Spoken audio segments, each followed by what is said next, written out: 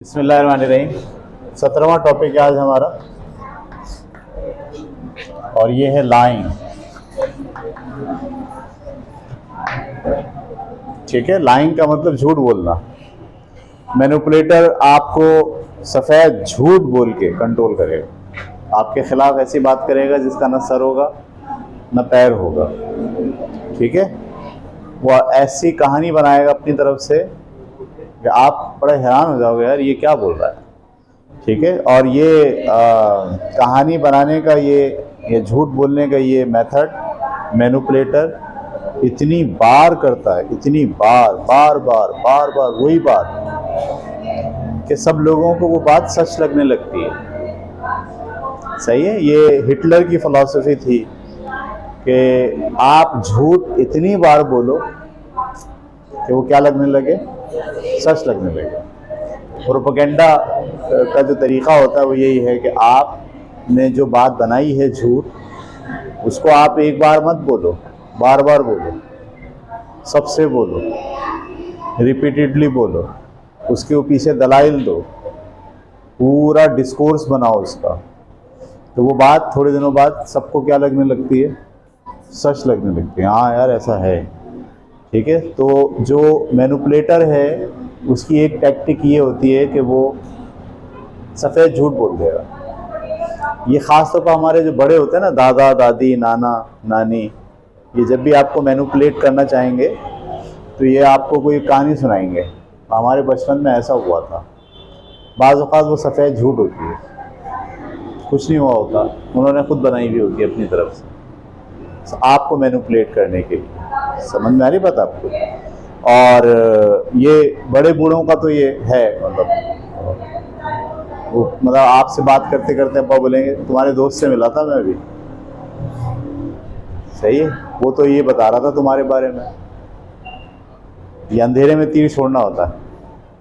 सही है, अच्छा अंधेरे में तीर लग गया तो वो झूठ नहीं रहा, वो क्या हो गया, सच हो गया।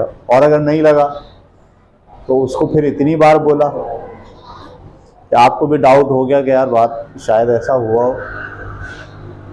सही है, इसको हम कहते हैं लाइंग। इसके 3 शेड होते हैं। एक शेड ये होता है आदमी खुला झूठ बोलता है, सफ़ेद बिल्कुल 100%, और बड़ी ढटाई के साथ बोलता है आपको कंट्रोल करने के लिए, आपको मैनेज करने के लिए। ठीक है, और उसको बार बार बोलता है। एक तो ये एक शेड ये हो गया झूठ बोलने का। दूसरा शेड क्या है, सच नहीं बताता। जिस वक्त उसे सच बताना है उस वक्त सच नहीं बताता। सही है, मतलब मैनिपुलेटर जो है वो शादीशुदा है, किसी नई खातून के साथ पेंगे बढ़ा रहा अपनी, उसको सच नहीं बता रहा कि मैं शादीशुदा हूँ, वो उससे छुपा रहा है। क्योंकि उसे पता है अगर मैंने सच बता दिया जो कि है तो क्या होगा, मैं इसको मैनिपुलेट नहीं कर पाऊँगा, मैं इसको मैनेज नहीं कर पाऊँगा, इसलिए वो सच को छुपाएगा। तो सच को छुपाना भी दरअसल क्या है, झूठ की एक किस्म है। याद रखिएगा कि असल जो वाक़या है, असल जो बात है, उसे आप कहीं गोल कर जाओ, उसे आप नज़रअंदाज कर जाओ, उसको छुपा लो, उसको भूल जाओ और ऐसा करके दूसरे को इस्तेमाल करो, तो हम ये कहते हैं कि ये भी दरअसल लाइंग टैक्टिक है। ये दूसरा शेड है। एक तीसरा शेड भी होता है झूठ बोलने का, वो है आधा सच बताओ। जो बात बताओ आधी बताओ, पूरी नहीं बताओ। वो आपके मतलब की जो बात थी वो बता दो, जिससे आप कंट्रोल कर सकते हैं, जिससे आप मैनिपुलेट कर सकते हैं, उतनी बात बता दो। और पूरी बात अगर आप बताएंगे तो मैनिपुलेशन आपकी ख़तरे में पड़ जाएगी। ये 3 तरह के शेड इस्तेमाल करता है झूठ बोलने वाला आपको मैनिपुलेट करने के लिए। ठीक है, मिसालें आप कैसे सोच सकते हैं।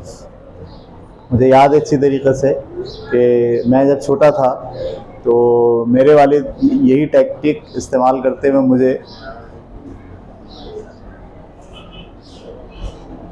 कंट्रोल करते थे। सही है, मैं फ़लाने के घर जाता था तो वो मैं वापस आता था तो मुझे कहते थे भाई वो मिले थे रास्ते में उनके अब्बा, वो तो बहुत नाराज़ हो रहे थे। वो कह रहे थे ये तुम अपने लड़के को हमारे घर क्यों भेजते हो।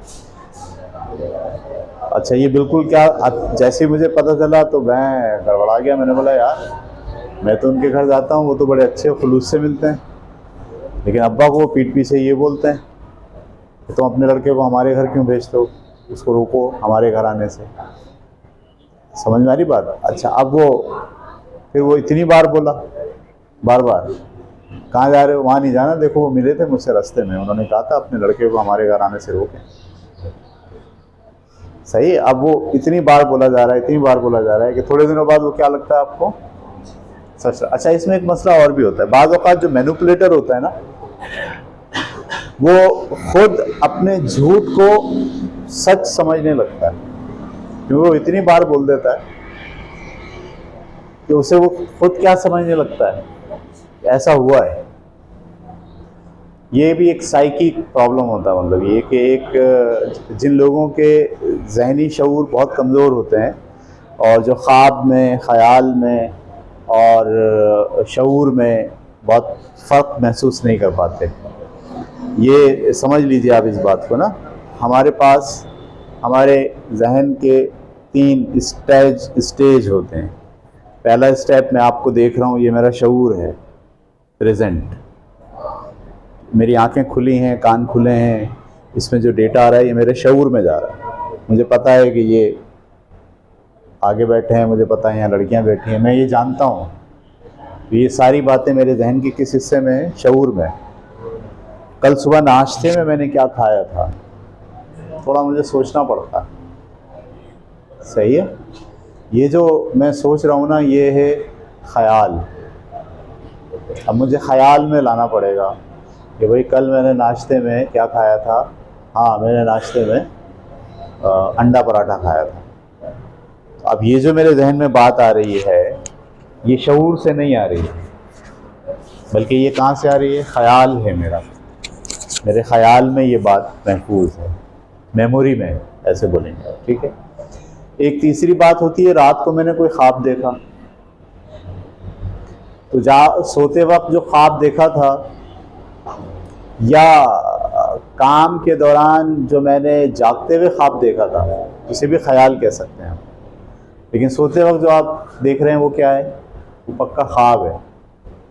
तो अब जो लोग जिनकी जहनी कैफियत स्ट्रांग होती है, वो इन तीनों को अलग अलग समझ पाते हैं। वो कहते हैं ये मेरा शऊर है, और जब मैं सोचता हूँ, कोई दिन में ख्वाब देखता हूँ, आँखें खोलकर सोच रहा होता हूँ, तो वो मेरा ख्याल है, और रात को जो मैंने देखा वो मेरा ख्वाब है। नॉर्मल आदमी इन तीनों चीज़ों को डिस्टिंग्विश कर देता है। सही है। लेकिन जो जहनी तौर पर कमज़ोर लोग होते हैं और नफ्सियाती तौर पर डिप्रेस्ड होते हैं या बीमारी का शिकार होते हैं, इस बीमारी को कहते हैं शेज़ोफ्रेनिया। ठीक है, बीमारी का नाम क्या है? शेज़ोफ्रेनिया। जो लोग शेज़ोफ्रेनिया का शिकार होते हैं, उनका सबसे बड़ा प्रॉब्लम ये होता है कि वो अपने शऊर को, अपने ख़याल को और अपने ख्वाब को अलग अलग नहीं कर पाते, ये मिक्स हो जाता है। उनको नहीं पता चलता कि ये मेरा ख्वाब था या मेरी सोच थी या ये हकीकत थी। हकीकत के बारे में नहीं जान पाते कि ये हकीकत है, ख्वाब है या ख़याल है। तीनों चीज़ें क्या हो जाती हैं? मिक्स हो जाती हैं। इसीलिए वो जब बात करेंगे ना, शेज़ोफ्रेनिया का मरीज़ जब बात करेगा तो उसकी बात बड़ी गड़बड़ होगी।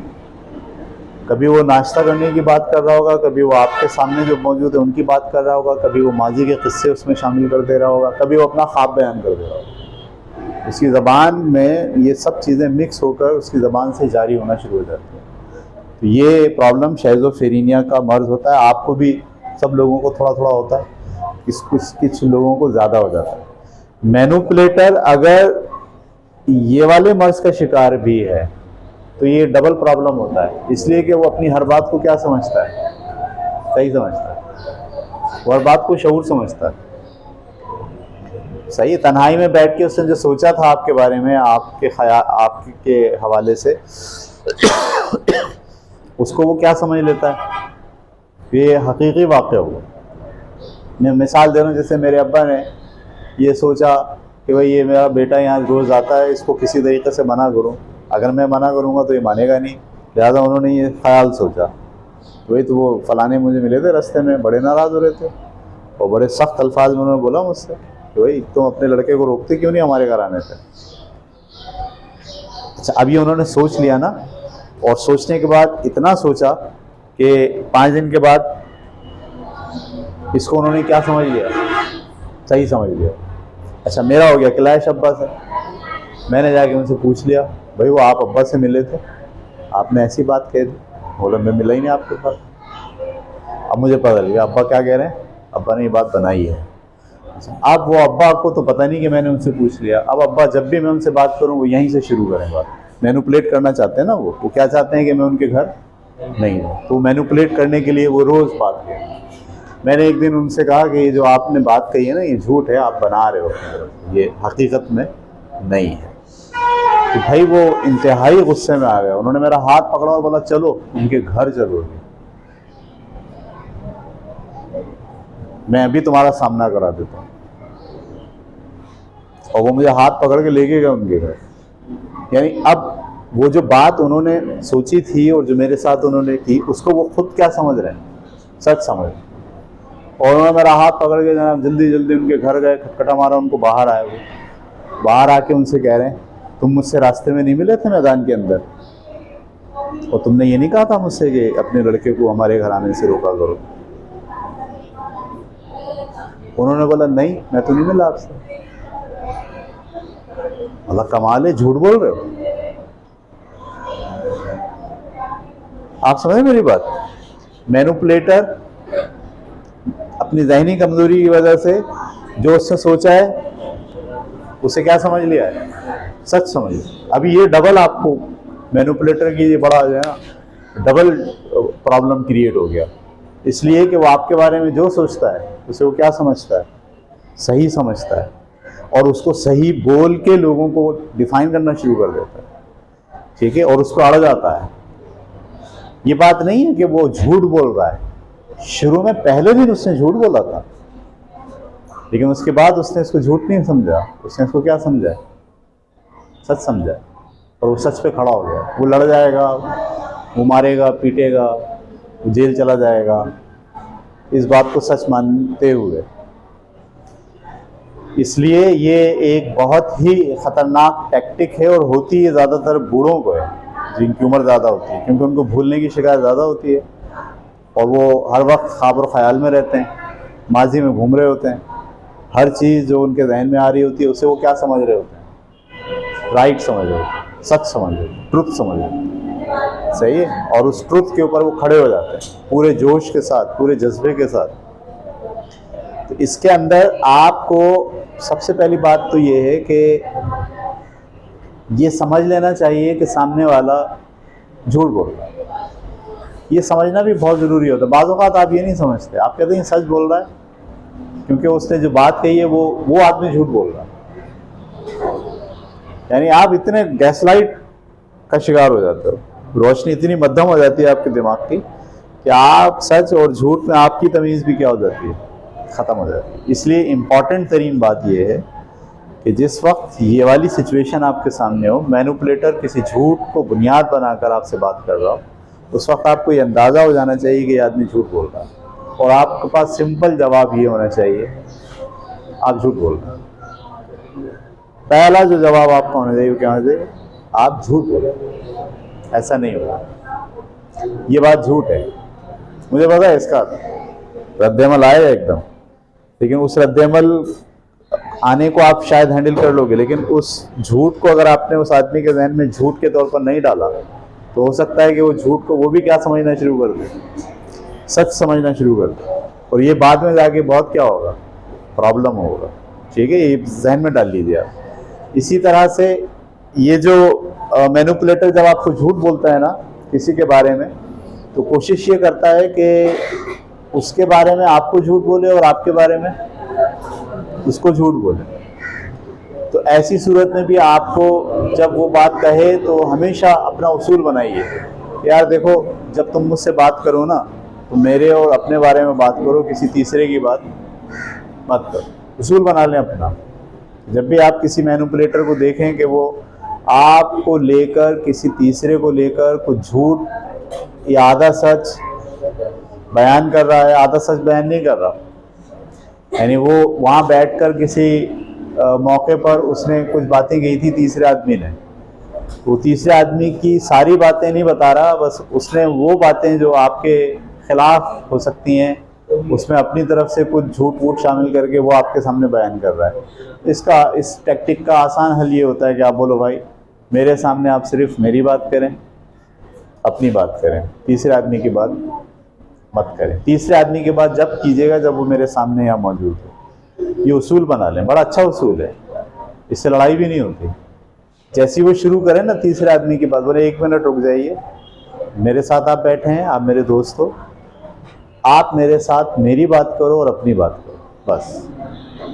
किसी तीसरे आदमी की बात आप मेरे साथ अगर करो तो उस वक्त करना जब वो तीसरा आदमी मौजूद हो। वो बोलेगा तुम क्या मुझे झूठा समझते हो? बोला हाँ, झूठ बोलने में कोई हर्ज थोड़ी होता है, बोल देता आदमी। हो सकता है आप भी झूठ बोल दो, इसलिए मैं लिहाज कर रहा हूँ या मैं एहतियात कर रहा हूँ। साफ बोलें, इस साफ बोलने का बेनिफिट होता है बहुत। वो आदमी आपको मैनिपुलेट नहीं कर पाएगा झूठ की बुनियाद पर। और इसी तरीके से अगर आपका कोई करीबी वालिद हैं, नाना है, दादा हैं, वो झूठ बोल रहे हैं, अगर आपको ये समझ आती है कि इस झूठ से आपको बहुत शदीद नुकसान होगा, तो आप उस झूठ को रेजिस्ट करें। लेकिन मैंने देखा है बाज़ औक़ात नाना दादा जो बातें करते हैं ना, वो अभी करते हैं, शाम में वो बात भूल जाते हैं। आप अगर उस बात पर अड़ जाओगे तो वो भी उस बात पर अड़ जाएंगे, और जब वो अड़ जाएंगे तो अब उस झूठ को क्या समझना शुरू कर देंगे? सच समझना शुरू कर देंगे। जहन में डाल लें आप। तो जब आप ये देखें कि भाई ये बूढ़े हैं, वालदा हैं आपकी, बूढ़ी हैं, और ये ऐसी बात कह रही हैं जो आपको चुप तो बहुत रही है, गुस्सा तो बहुत आ रहा है, लेकिन ये झूठ बोल रही हैं, तो आप बस उनको मुस्कुराएं और उनको नज़रअंदाज करें, क्योंकि वो 6 घंटे बाद, 8 घंटे बाद उस बात को भूल जाएंगे, वो उनको याद नहीं रहेगी। लेकिन अगर आपने उसको उस पर बहस कर ली, उनसे साबित करने की कोशिश की, तो वो भी साबित करने की कोशिश करेंगे। अब वो इस बात के ऊपर उनका पुख्ता यकीन हो जाएगा कि हाँ ये सच है, हाँ ये ऐसा हुआ है। इसलिए मेरा ख्याल है बड़े बूढ़ों के साथ जब आप इस मामले को टैकल करें झूठ के हवाले से, तो आप उनको रूम दें, उनको मौका दें गुजरने का, उससे हर्ष नहीं हो, गुस्से का इजहार नहीं करें। सही है, उनकी बात को सिर्फ सुने, हाँ में हाँ मिलाएं। ऐसा हो सकता है गुस्से में नहीं आए एकदम, क्योंकि झूठ जैसे वो बोलते हैं आपकी ज़ात पे हमला करते हैं, आप एकदम रेजिस्टेंस में आ जाते हो। लेकिन आप रेजिस्टेंस में नहीं आइए, आप उनको जाने दिए, वो ऐसे गुजरते हुए चलते हुए बात कर रहे हैं, और बात की बात हो गई, बस ख़त्म हो गई बात। आपको अंदाज़ा होगा कि वो 6 घंटे के बाद किसी और अंदाज से आपसे बात कर रहे हैं तो उसका नुकसान आपको नहीं होगा, आपकी पर्सनैलिटी को नहीं होगा। लेकिन जिस बात पर आप रुक गए उनके साथ, अड़ गए उनके साथ, उस बात को वो याद रखें। अच्छा, फिर वो याद रख के आपके साथ वो बात नहीं करेंगे, 4 लोगों के साथ बैठ के वही बात दोहराएंगे, क्योंकि उनके पास रिपीटेशन का आर्जा हो गया। उनको बूढ़े हो गए हैं, वो हर बात क्या करते हैं, बार बार रिपीट कर। किसी बूढ़े को आप देखिए 70 साल से ज़्यादा जिसकी उम्र है, आप देखिएगा वो एक ही बात बार बार रिपीट करता है। एक बात बोलेगा, दोबारा बोलेगा, तिबारा बोलेगा। उसकी रिपीटेशन की वजह ये होती है कि उसको ये जहनी आर्जा लायक हो गया कि वो बातों को रिपीट करता है। तो ऐसे में अगर आपने अपने दादा और नाना को किसी उनकी कही हुई बात पर आड़े हाथों ले लिया, तो वो बात उनके जहन से अब निकलेगी नहीं, बल्कि वो और क्या होगी, पुख्ता हो जाएगी। तो आपको ये लिहाज करना है। लेकिन जहाँ आपके दोस्त हैं, अहबाब हैं, जो आपके साथ जो है वो बाज़ाब्ता मैनिपुलेट कर रहे हैं, बाज़ाब्ता प्लान करते हैं, बाज़ाब्ता सोचते हैं कि आपको कैसे बदनाम किया जाए, बाज़ाब्ता आपको डीवैल्यू करने की कोशिश करते हैं, डिग्रेड करने के लिए झूठ घड़ते हैं खुद, उनके सामने तो आपको खड़ा हो जाना चाहिए और उनको अंजाम तक पहुंचाने की कोशिश करनी चाहिए। तो ये तुमने ये बात कही है, अब ज़रा इसको बताओ ये कहाँ हुई थी, कैसे हुई थी, किस वक्त हुई थी, चलो मेरे साथ। इस तरह करना चाहिए उनके साथ, ताकि वो कहाँ तक पहुँच जाएँ, अपने झूठ के इख्तिताम तक पहुँच जाएँ। अगर आपने उनको मौका दिया, ऐसा नहीं किया, तो नतीजा क्या होगा कि वो शेर हो जाएंगे, उनको शे मिलेगी और वो बार बार इसी टूल का इस्तेमाल आप पर करेंगे। एक बार अगर आपने उनको नचाया ना सही से, उनकी ग्रिल की, उनको ये पता चल गया होगा यार इसके साथ ये वाला टूल इस्तेमाल नहीं करना। ठीक है, बस भाई।